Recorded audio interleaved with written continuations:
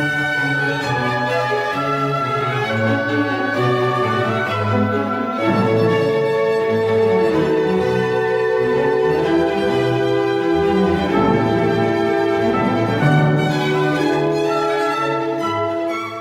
And welcome to coffee at square feet.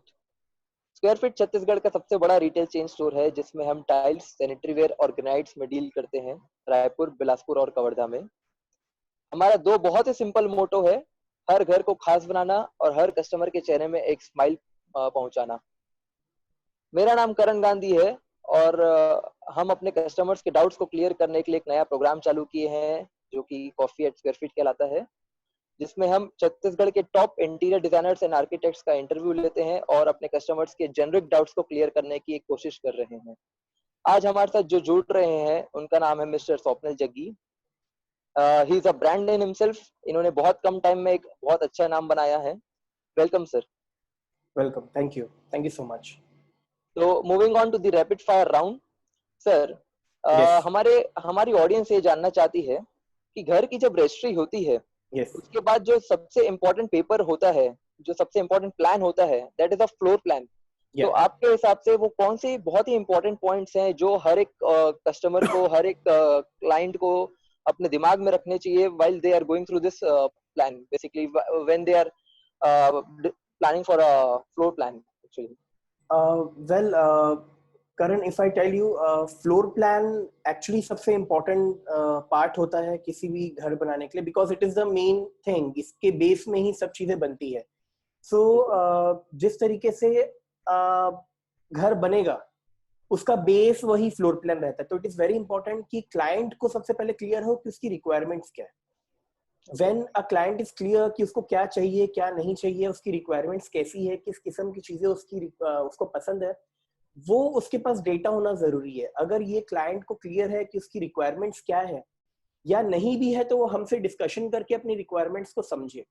अगर वो अपनी जरूरतें हमें बता पाएगा तो हम उसको एक सही प्लान दे पाएंगे जो उसके आने वाले भविष्य के लिए भी काम आए। क्योंकि घर सिर्फ आज के लिए नहीं बन रहा है, आने वाले अगले 30 40 50 सालों के लिए बनने वाला है। तो ये बिल्कुल। बहुत जरूरी है कि क्लाइंट को अपनी रिक्वायरमेंट्स पता रहे कि उसकी जरूरतें क्या है, और उन जरूरतों के हिसाब से हम उनके घरों को डिजाइन करें, उनकी जगह को डिजाइन करें। तो requirements is the most important part जब आप किसी भी प्लान की बात करते हैं। तो ओके, तो आगे का काम हमारा है कि प्लान कैसे बनना है, क्या बनना है, सही बन रहा है कि नहीं बन रहा है, वो आगे का काम है। लेकिन क्लाइंट के लिए सबसे जरूरी बस ये होता है कि उसको ये पता रहे कि उसको क्या चाहिए। अच्छा, तो उसको बस अपने अंदर के थॉट्स क्लियर रहने चाहिए उनको कि मेरे को एग्जैक्टली ये चीज चाहिए, और अगर वो उसको सक्सेसफुली कम्युनिकेट कर दे तो I think it's exactly well enough. अगर वो उसको सक्सेसफुली कम्युनिकेट कर दे, अगर ना भी करे, उसको सिर्फ थोड़ा सा भी आइडिया रहे कि मुझे इस किस्म की चीजें पसंद है। For example, there is a small family of, if I say, एक कपल और उनके 2 बच्चों का परिवार है। अब ओके। उनको अपने लिए एक नया घर बनाने का है।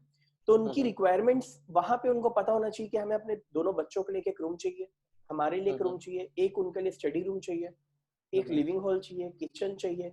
उनको लिविंग हॉल डबल हाइट चाहिए कि नहीं चाहिए, उनके ओके। प्लॉट में उतनी जगह है कि नहीं कि हम डबल हाइट कर सकते हैं, ग्राउंड+1 बनना है कि नहीं बनना है। तो उनकी रिक्वायरमेंट यहाँ से चालू होती है। उनको ओके। अपने बच्चों के लिए पढ़ने की अलग से जगह चाहिए कि नहीं चाहिए, ऑफिस, उनको एक घर में छोटा सा ऑफिस या वर्क स्पेस चाहिए क्या। तो ये रिक्वायरमेंट्स की बात आती है। फिर हम उसकी प्रायोरिटी सेट करते हैं कि सबसे इंपॉर्टेंट क्या चीज है, ओके। कि हमें जरूरी क्या क्या चीजें चाहिए ही चाहिए। फॉर एग्जाम्पल, हमें या बेडरूम 100% लगेगा, लिविंग हॉल 100% लगेगा, किचन 100% लगेगा। बाकी सब चीजों को ये एक आर्किटेक्ट का काम आता है कि कैसे वो एकोमोडेट कर सकता है उस प्लान के अंदर बिल्कुल पे उन बिल्कुल सब बिल्कुल। Requirement. Yeah thanks for this wonderful answer. Yes so moving on to the next question sir. Yes India में सूरज को भगवान माना जाता है। जी सनलाइट और ओपन एयर दोनों ही बहुत इंपॉर्टेंट है फॉर सर्वाइवल। जी आप अपने प्रोजेक्ट्स में यस वेंटिलेशन को फ्लोर प्लान के साथ कैसे इन्वॉल्व करते हैं, और बेसिकली इसकी क्या इंपॉर्टेंस है किसी भी घर में? Well, if I tell you, हर एक का काम करने का अपना अपना पैटर्न होता है। But I believe maximum of the architects follow their plan. वो अपना प्लान बनाना ही चालू करते हैं प्रॉपर वेंटिलेशन और लाइटिंग के साथ। तो बिकॉज यही एक चीज है जो एक घर को रहने लायक बनाती है। ओके। हमारा मानना रहता है सिर्फ 3 चीज है जो घर में जरूरी है होना। पहला है प्लानिंग, की सही प्लानिंग रहे जिससे सही मूवमेंट रहे घर के अंदर, हर चीज रिक्वायरमेंट सही रहे।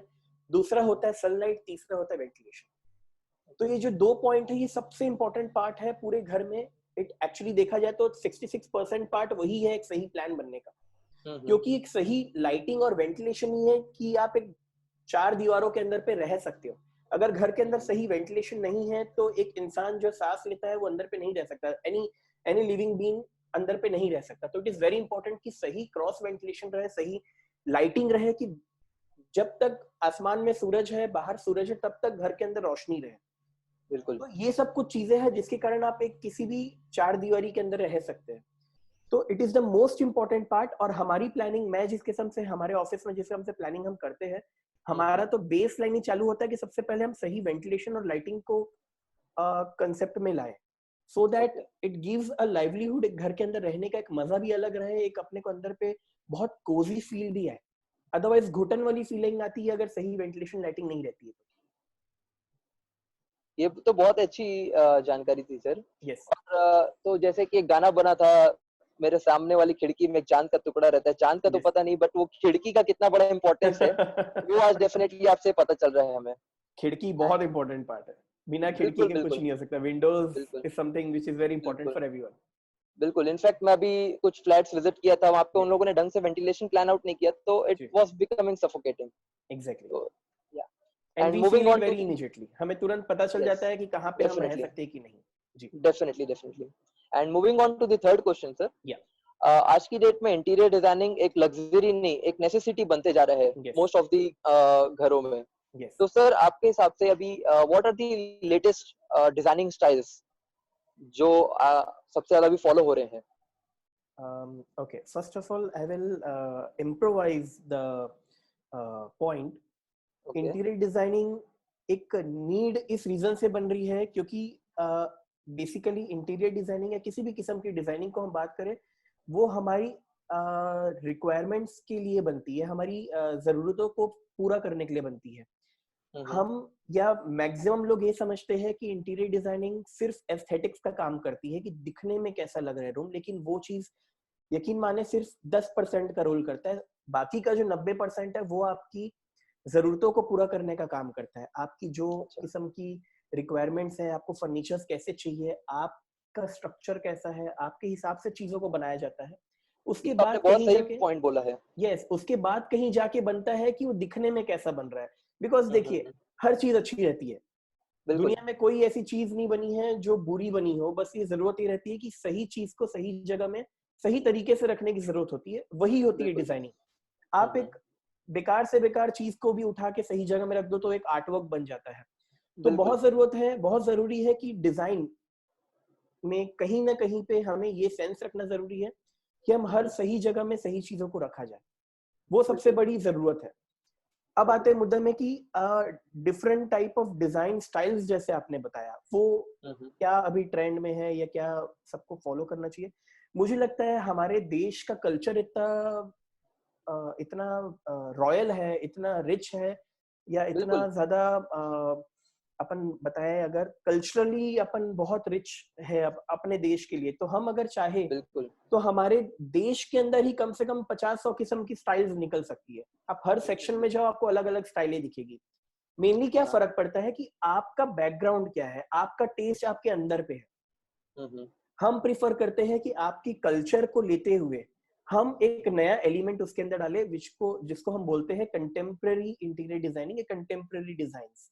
ओके। कंटेम्प्रेरी का मतलब वो होता है जो लंबे समय तक हर ट्रेंड को पकड़ के रखे, ताकि हम अपने कोई भी जो भी हम डिजाइन स्पेस बनाए हैं वो स्पेस की लाइफ लंबी रहे। ऐसा ना हो जाए कि 5-6 साल बाद, 10 साल बाद वो ट्रेंड आउट आउट आउट हो जाए और हमें फिर उसमें मजा नहीं आए, हमें लगे यार हम तो आउटडेट हो गए। तो ये नहीं होना चाहिए। तो एक ऐसा हाँ। डिजाइन बने जिसको हम कंटेम्प्रेरी डिजाइन बोलते हैं। इसको हम मॉडिफाई करके इंडियन कंटेम्प्रेरी डिजाइन बना सकते हैं। इसमें हम इंडियन एलिमेंट्स लेके आए, यूज ऑफ इंडियन मटेरियल्स लेके आए और उसको हम कंटेम्प्रेरी स्टाइल में डेवलप करें, ताकि वो लॉन्ग टर्म के लिए हम सबके पास में रहे और हम सब उसको बहुत इजीली अडॉप्ट कर सके अपनी लाइफस्टाइल में। वो दिखने में भी डेफिनेटली। सुंदर रहता है, स्लीक रहता है। ज्यादा हैवी चीजें आजकल लोग पसंद नहीं करते हैं, एंड हाँ हाँ। मुझे लगता है उससे चीजें बहुत ज्यादा नीट भी बनती है हैवी चीजें ना यूज करने के कारण। तो चीजें जितनी क्लियर हो, जितनी स्ट्रेट लाइन हो, उतना मजा आता है। जितना उसमें मॉडिफिकेशन के ऑप्शंस हो उतना मजा आता है, क्योंकि इन फ्यूचर आपकी रिक्वायरमेंट बढ़ती है, कम होती है, तो आप उसको उस हिसाब से अपडेट कर सकते हैं। ओके। तो आई तो believe Indian contemporary designing style is the most important to do for now और सेल्स। ये तो काफी आपने इम्पोर्टेंट पॉइंट बोला है कि यस, जब हमारे पास इतना रिच हेरिटेज है, इतना अच्छा एग्जैक्टली, कल्चर है, इतना रिच कल्चर है, तो हम एग्जैक्टली। क्यों बाहर के कल्चर को फॉलो किया करें? बैक एक्चुअली देखा जाए तो बाहर के जो पूरी इंडिया के बाहर के जो है वो सब लोग हमारे ही कल्चर को फॉलो कर रहे हैं। They are yes using yes are yes. Working style, they are using our designing patterns, उसको वो अपने कल्चर और अपने डिजाइन में ढाल के बना रहे हैं, तो हम उनको बहुत अप्रिशिएट करते हैं। हम अपने बिल्कुल। कल्चर को भूल के उनको देखना चालू कर दिए, जबकि वो वही कर रहे हैं जो हमें करना चाहिए। हम्म। ठीक बात है। Yes, So that was a wonderful session with you, sir. Thank you, And thanks for being a part of Coffee at Square Feet. And thank you. at last, we would like to ask कि आप हमारे साथ इतने time से associated हैं, right from Square Feet was born way yes, back in August 2019. Yes. आपका overall experience कैसा रहा हमारे साथ till date? Well, overall experience की अगर बात करा जाए तो स्क्वायर फीट ने जो एक बेंचमार्क होता है किसी भी बिजनेस या फर्टिनिटी में, वो बेंचमार्क क्रिएट करा है अपना। जिस किस्म की स्कीम्स और जिस किस्म के आपने मटेरियल्स अपने यहाँ लाए, जो वैरायटीज आपने यहाँ लाई है, तो ये एक बेंचमार्क क्रिएट हो गया है। एंड ऑफ कोर्स आज के दिन में कुछ भी हमें लेना होता है, किसी भी किस्म की कैटेगरी हो, मुझे लगता है square feet becomes the point one place जहां हम सबको जाके अपनी चीजों को ढूंढना चाहिए, और वो बहुत इजीली वहां पे अवेलेबल होती है। So I believe Thank you they so have much. created a very good benchmark for the city with the Yeah. range, with the variety, with your service. So I'm very much glad to be associated with Square Fit in that manner. Thank you so much, sir. Thank It you. feels an honor to have you over here. My and pleasure. उम्मीद करते हैं कि जल्दी से अपन वापस मिले। Lockdown तो Sure अभी we खुल will. ही चुका है, Sure we will. so we Sure just we will. meet again. Yeah. Okay. And thanks again for being a part of Coffee at Square Feet.